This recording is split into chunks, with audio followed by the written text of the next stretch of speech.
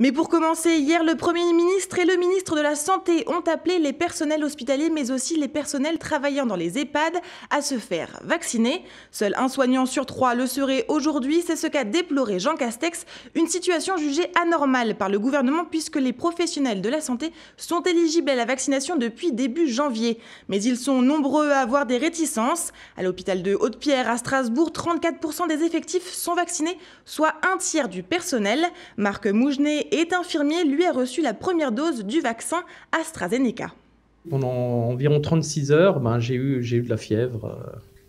Voilà, ce qui m'a mis un peu KO au niveau du travail infirmier. Si j'avais dû aller travailler auprès des patients, oui, je me serais mis en arrêt. Je me ferais vacciner aussi le deuxième vaccin, mais je comprends tout à fait les collègues qui ont une réticence et qui ne veulent pas se faire vacciner. Quelques discussions que j'ai eues ces derniers jours, c'est que les soignants ils vont essayer de retarder le plus longtemps possible leur vaccination avec l'AstraZeneca. Parce que c'est là où il y a eu le plus on va dire de petits effets secondaires, hyperthermie, courbature, des choses comme ça, pour essayer peut-être dans quelques semaines pouvoir choisir le vaccin qu'ils veulent chez leur médecin traitant ou ailleurs. Et après, voir ce que ça donnera. S'il y a une vaccination obligatoire, après, chacun en tirera ses conséquences. Ce serait bien que les politiciens aient plus de considération pour les soignants.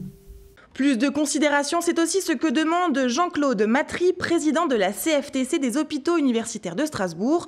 En dernier recours, le gouvernement n'exclurait pas de rendre la vaccination des soignants obligatoire, une erreur selon ce professionnel de la santé à la retraite. Le débat n'est pas tant de savoir si on veut se faire vacciner ou pas, c'est de savoir pourquoi on veut absolument que les soignants soient vaccinés. Est-ce que ça voudrait dire que la maladie vient des soignants? Alors si on me parle d'obligation, il faudrait qu'on redonne à M.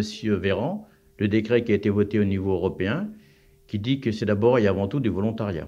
Si nous n'avons plus le choix, ça voudrait dire que nous ne sommes plus dans un pays de liberté. Si vous demandez l'obligation demain aux soignants, qui ne nous dit pas qu'il va falloir que les parents fassent vacciner leurs enfants et eux-mêmes pour aller à l'école? Je pense qu'avant de demander aux gens de se faire vacciner, il serait peut-être intéressant que tout le monde applique la loi, la distanciation, les mains lavées,